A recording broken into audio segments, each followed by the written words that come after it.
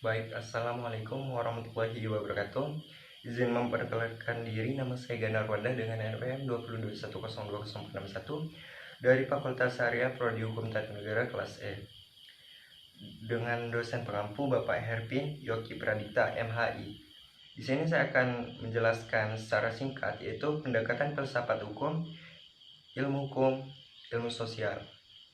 Yang pertama ada ilmu hukum. Beberapa pendapat mengatakan bahwa karena filsafat hukum merupakan bagian khusus dari filsafat pada umumnya, maka berarti filsafat hukum hanya mempelajari hukum secara khusus, sehingga hal-hal non-hukum menjadi tidak relevan pada pengajian filsafat hukum. Secara sederhana dapat dikatakan bahwa filsafat hukum adalah cabang filsafat, yaitu filsafat tingkat laku atau etika yang mempelajari hakikat hukum. Dengan perkataan lain, filsafat hukum adalah ilmu yang mempelajari hukum secara filosofis. Jadi objek filsafat hukum adalah hukum, dan objek tersebut dikaji secara mendalam sampai kepada inti atau dasarnya, itu disebut dengan hakikat.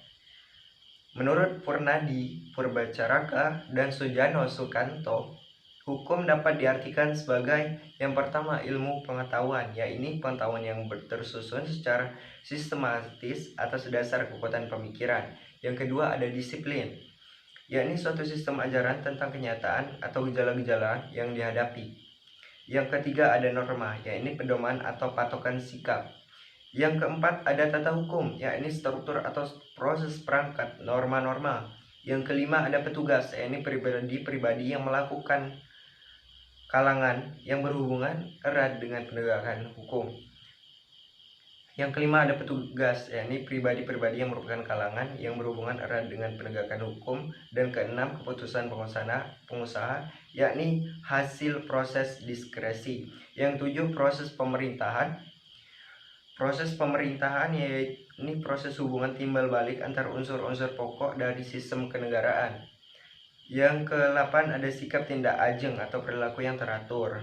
Yang 9 atau yang terakhir jalinan nilai-nilai, yakni jalinan dari konsepsi-konsepsi abstrak tentang apa yang dianggap baik dan buruk.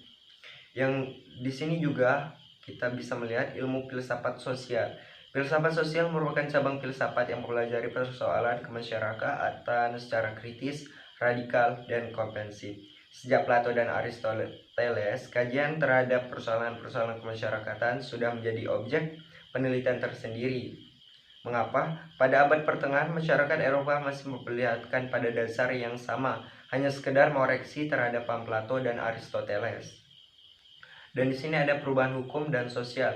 Proses terjadinya perubahan-perubahan pada masyarakat di dunia pada dewasa ini merupakan suatu gejala yang normal. Pengaruhnya menjalar dengan cepat ke bagian-bagian lain dunia.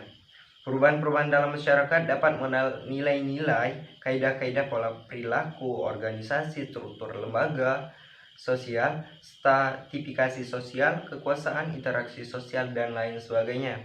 Dan di sini ada faktor yang mempengaruhi terjadinya perubahan sosial.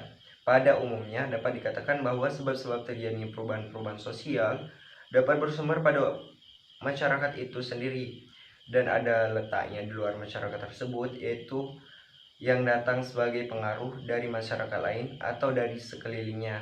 Mungkin hanya itu yang bisa saya sampaikan. Lebih dan kurangnya saya mohon maaf. Wassalamualaikum warahmatullahi wabarakatuh.